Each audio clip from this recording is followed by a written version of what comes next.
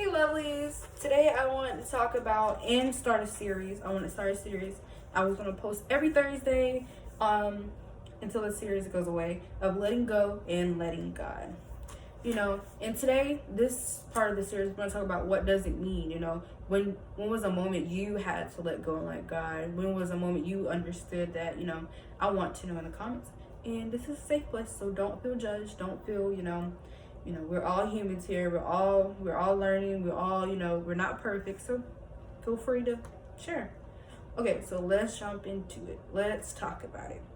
What does it mean to let go and let God? Like I said, let's talk about it. It means acknowledging God to direct our paths, letting go of lingering doubts, and submitting our lives to God alone. This might be hard, when we don't fully know the character of God or don't know or understand the full capability of God. Surrendering to God alone can and is a powerful thing. Imagine understanding that, we don't have to try to control or worry about anything, but just instead just pray, and He will work it out according to His will. Not our will, but His will. His will be done. And I know that's hard. I know that's hard, I find myself so set upon, something sometimes. I just, I almost become infatuated with it, and forget that His will be done. When I worry about something, it's like I stress over it to a point. I can relate. I don't know if anyone else can, but I stress over to a point where that's all I think about. Like, that's all that's in my head all day. That's all what I'm, So,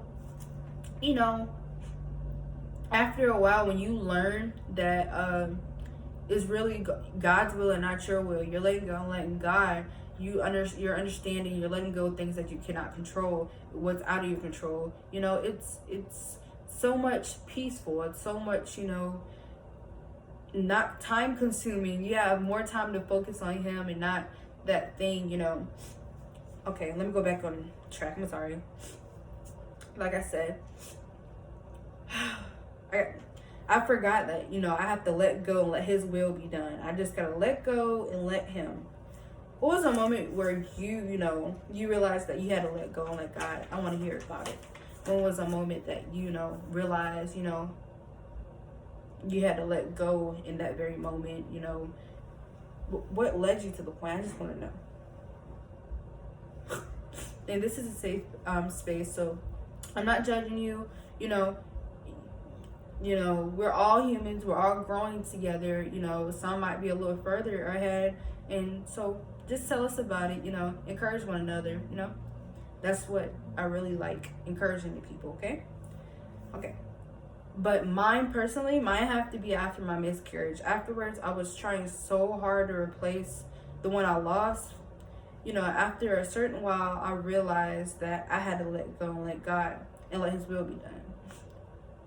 And it's only recently, it was just recently when I finally learned, it took me